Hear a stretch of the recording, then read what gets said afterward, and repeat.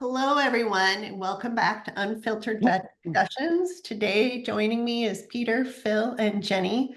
We just finished recording the afterlife of a business cycle, and we were still having some intense conversations after we stopped the record and realized there's actually an after-afterlife to the afterlife of a business that we thought maybe we should re-push the record button to have that discussion. And so it kind of swirls around not you as a person who's selling so much as the whole ecosystem that is left behind, and whose responsibility is it for this ecosystem and what happens. So with that, I'm going to open the floor to my valued camaraderie here and comrades. Who would like to pick up the afterlife ball and take it to the afterline? Well, I'll start the sequence as the only surviving member of KISS. No, I'm kidding. Doing the and with final... a hell of a head of hair, if I might add. Thank you. I mean, it's just it's gorgeous, man. Thank you very much. Well, I think we're talking about the final tour that was the final tour. We could call this reincarnation, because what you do after the afterlife is you look back and you see how things were and how you could have made them better. And part of the conversation we were leading into was how did we take care of the people that were around us? Call it a will, call it a trust, call it whatever you will. That was redundant. But I'm going to throw something back at Kelly for just a minute, because Kelly worked in the field of death before she entered into veterinary medicine. So part of what your world was really supporting families in a very challenging time. And you know, whether it's the death of a business because you're leaving it, or the death of a person, in many ways the same emotions are. So Kelly, I want to throw this at you and suggest, how did your clients deal with helping the afterlife of families? Because I think this is what we're talking about as well. It is true. And it's hard because grief and death aren't discussed in our society, number one. So we don't have tools in our emotional toolbox to deal with this. The two tools that we typically have as defaults are anger and guilt. So our go-tos for that is one or the other, or both, you know, one at a time or simultaneously. Peter, I'm still helping people at grieving.com. There are people who come from over 100 countries, and they self-support themselves through all different types of losses. So if anybody's struggling, including pet loss, I invite you out there. It's free. But the funeral directors, it was interesting. They're amazing human beings that are unsung heroes in their communities, and they're usually generational, passed down one after the other. And they felt their honor was to support people as to respect the people who have lost and bridge them to kind of the new in the community, right? And be there for them, and to be there face to face. I mean, funeral directors are like veterinarians in many ways. It's a face-to-face job. It's not something you can, you know, do online. It needs to be, it's a hands-on service, so to say. And you need to talk about it. Typically, a lot of times people tend to emotionally react out, and what really needs to happen is funeral directors gave people space to have conversations around the loved one and to honor them. And I don't know if when you sell a business, if that honor is there, that honor of, hey, look what you recognize, look what this baby you grew developed into, look how many lives it's touched, look at the good that it came out of, right? Just a sense of, you did good, human who created this business. because that's what the end of life services are about for humans or pets. This, you know, they gave something that mattered, and everybody wants to feel like they matter. And I'm not sure when you sell a business, there's a whole lot of head nodding towards what you did was great and you mattered and you made a difference. It's just sort of like, here's your check. Don't let the door hit you on the way out. And I hope you enjoy all the fun things that you always thought you wanted to do. And we're lifting a burden for you by taking over your business. And we're, you know, kind of rubbing our hands in glee and can't wait till you're gone so we can get our hands into your baby. Did that answer your question, Peter, a little bit? We're Yeah, I mean, missing. grief is grief. And, Yeah. but where I was going as well is, and this is from talking to a lot of employees and reading a lot of listservs, is that they see the seller smiling, getting a check, and they are promised certain things by the buyer, whether it's a corporation or an independent. Doesn't really matter. But, you know, they're still listening to the radio station with them, what's in it for me?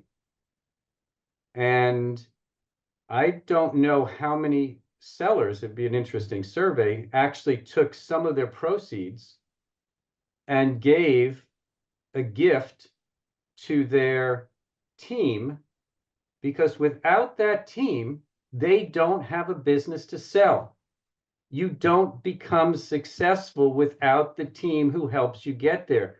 I mean, Jenny has raised half of her team from bottles to where they are right now.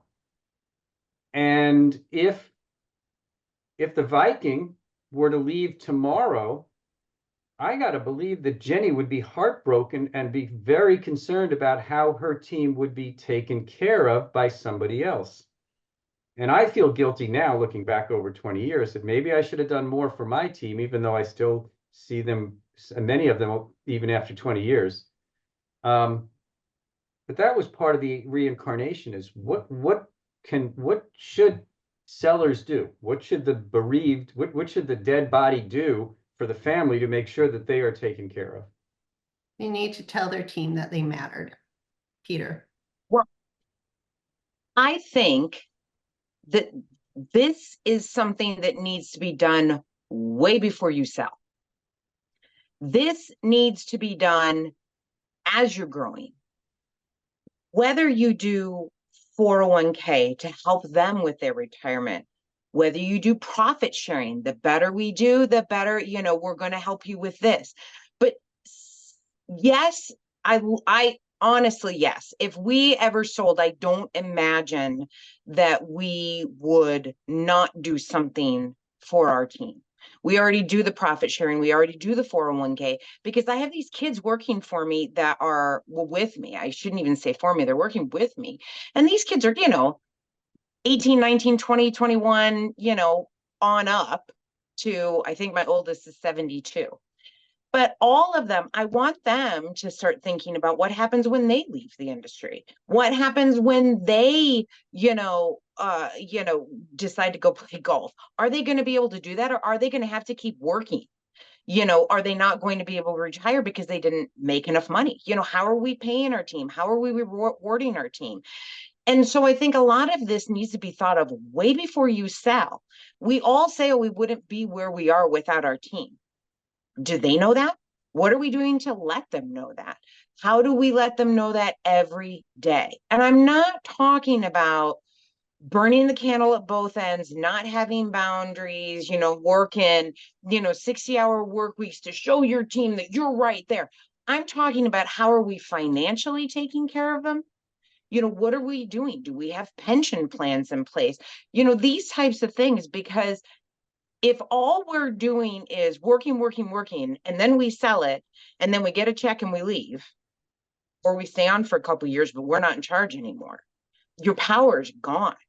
So take advantage of your power now while you are the owner, before you sell, to make sure that you feel at least we talked in the last one about the guilt that you feel when you leave and, you have this pile of money and your team is still in the same place. They should be in a good place because you should have set them up that way.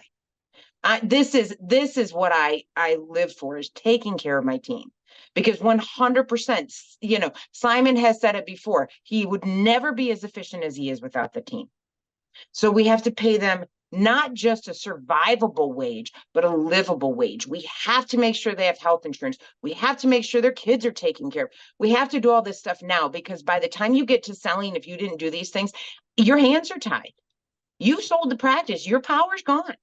So now what? You hope that the buyer is going to take care of your team. You pray, you keep your fingers crossed, and perhaps you're getting angry text messages that, hey, they're not delivering on what they said they were going to do.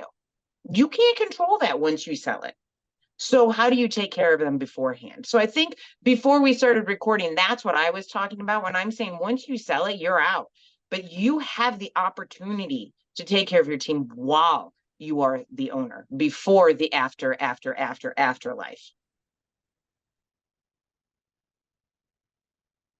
Yeah, and I would say too is we were talking about this before, and the thing that comes up for me is, of course, there's two signatures on the contract, and is that with the resources and with this, and knowing that this isn't an isolated incident, like when there is a transition in a practice, these things happen pretty consistently.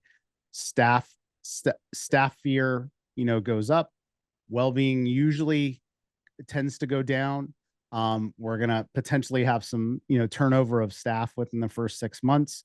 All of these things that are going to happen. And so on the flip side to that is knowing that those things happen in a transition, is what are the things that are in place? Like, what is and I know, because I've had some involvement, and I know a little bit, I know un poco, about it, which is dangerous. But I'm just curious, like what are what is the transition plan? Because I know when we sit and we say, hey, this practice looks really good, we're looking at EBITDA, but are we looking at employee retention? Are we looking at all these things? Is there a burnout assessment that's been done? Are we looking at level of medicine? Are we looking at these types of things to say, hey, this is going to be, we're going to really be able to do great things, or are we just looking at the financials? And sometimes that's what's being looked at. And then it's, just becomes becomes transactional on the transfer. But talking to other veterinary professionals and, colleagues of mine and friends that we were sitting together going through this and saying, wow, like what we keep seeing this, over and over, like what is our plan to protect and evaluate and to help the team when we take over. So what, again, the team is the one that has the least say, in all of it. And they're the ones that are keeping the dogs, monitored under anesthesia, and the client's happy and all those things. And so just, what are we doing when we know that that's the lifeblood and we're not making widgets? Well, Mama Bear Jenny, Mama Yes. Bear Kelly too. I agree with you that you need to nurture and care for your children while they're part of the family. But the day you leave is the day they remember, and they don't always remember all the nurturing that you did. And this is coming from conversations with people who have been part of transactions where they saw how happy the leaving doctor was, and the leaving doctor left nothing for them. And there's a lot of bitterness, especially when they walk out the door after their 3 years and 1 day of contract is up, and they left behind a team who was promised things 3 years prior, again, whether it's independent or corporate or however, and that's what they remember. So I think we need to be doing both. I think it's in the same way that you have prepared for your children should something happen to you in the Viking afterlife. you're taking care of them now. And I think that we as sellers need to think about helping remember people at the time we're leaving as well.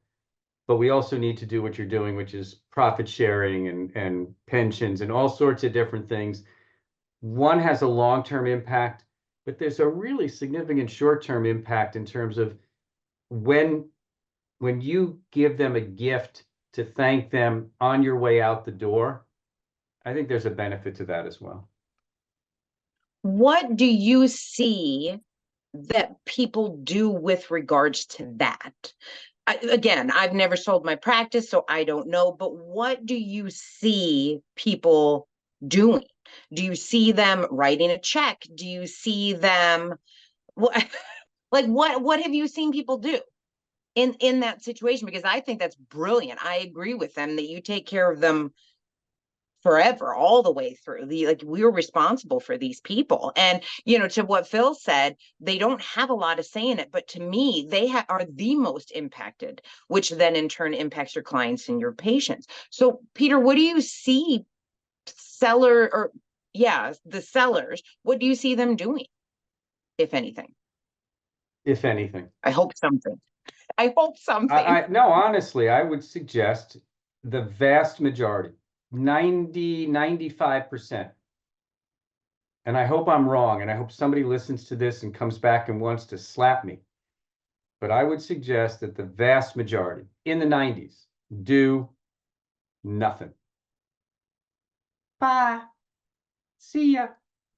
And that's assuming that the staff actually stayed through the entire contract of the veterinarian who's there, because way too often when the legacy doctor leaves, or in the interim, many of those staff have left as well. And Phil, you've seen this enough in the corporate practices and even in private practices. When there's a transition that goes on, the culture tends to change, the culture tends to shift. But I can't tell you, there are not enough, in answer to your question, Jenny, there aren't enough sellers taking care of their people at the time of the sale as a thank you. They may have been taking care of them up to then, but there just aren't enough who are taking care of them afterwards to help them feel comfortable going forward.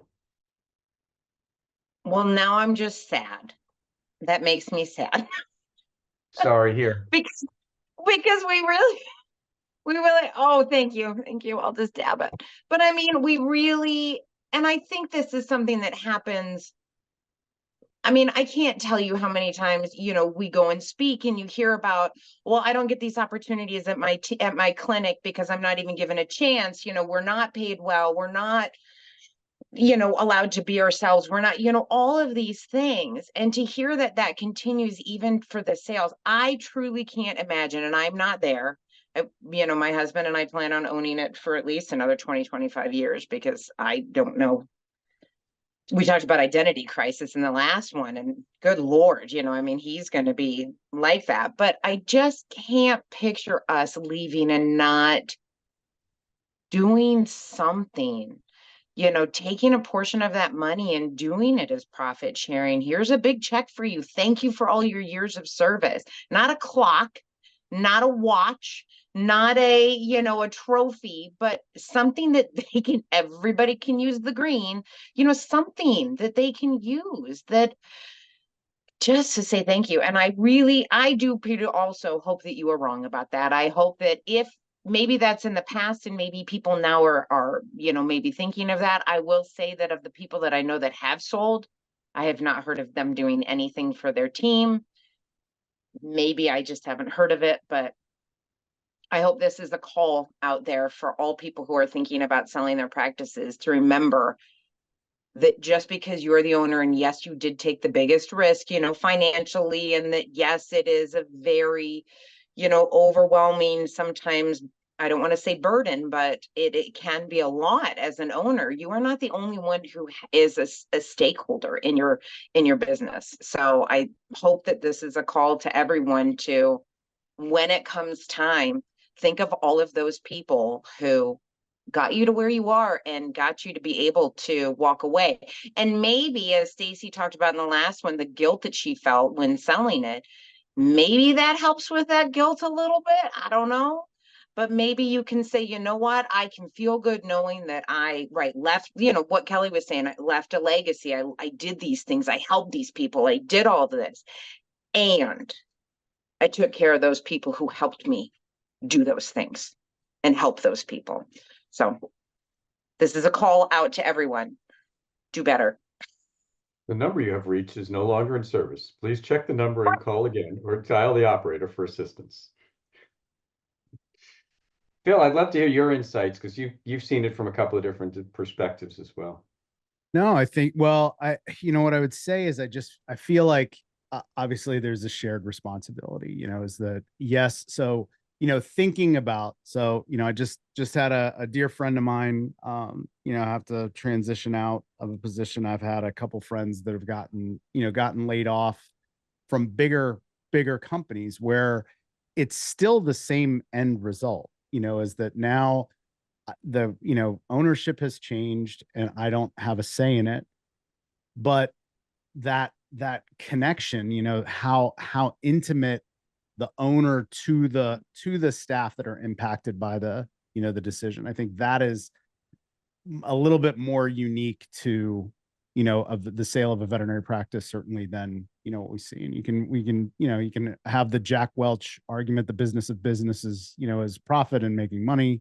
And what is wonderful is that spirit is hopefully starting to change, as far as that there is responsibility to the people that are that are under us and the people that work for us or work with us, that we have to look after their psychological health and safety and well-being. It doesn't mean that we're responsible for everything, but understanding the impact that our actions have on them.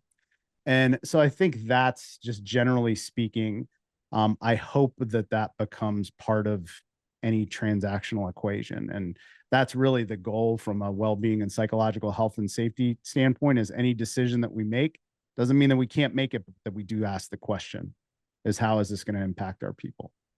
And I think a lot of leaders do that anyway, thank goodness, but not everybody does that. So that's what I just hope at least we start asking the question, and how can we support those people, that really are going to be the backbone of the success of the venture in the first place. So as we wrap up, if you think of your team in your business as part of your family,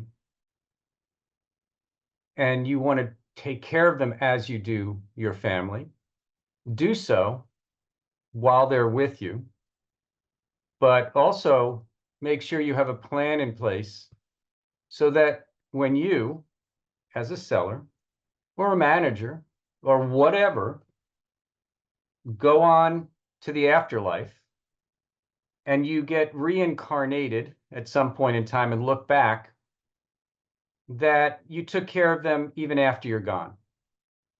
And there are all sorts of ways to do so, but remember that your family needs you even when you're not there. And how you are remembered will frequently be by the last thing that you do for them. And so make sure that you think about how that's going to happen and take care of your peeps, not just today, not just tomorrow, but well into the future as you move from the afterlife into whatever's after the afterlife. And that's the final tour for KISS right there. For now. For now. For now. For now, until the afterlife. Right. Well, thank you, everybody, for joining us today. This is a topic that doesn't get much discussion, so we would definitely love to hear your comments on any of our social media platforms or podcast platforms. So drop us a little line, drop us a note. We'd love to hear from you. And until then, stay tuned for our next conversation at Unfiltered Vet Discussions. Talk to you all later.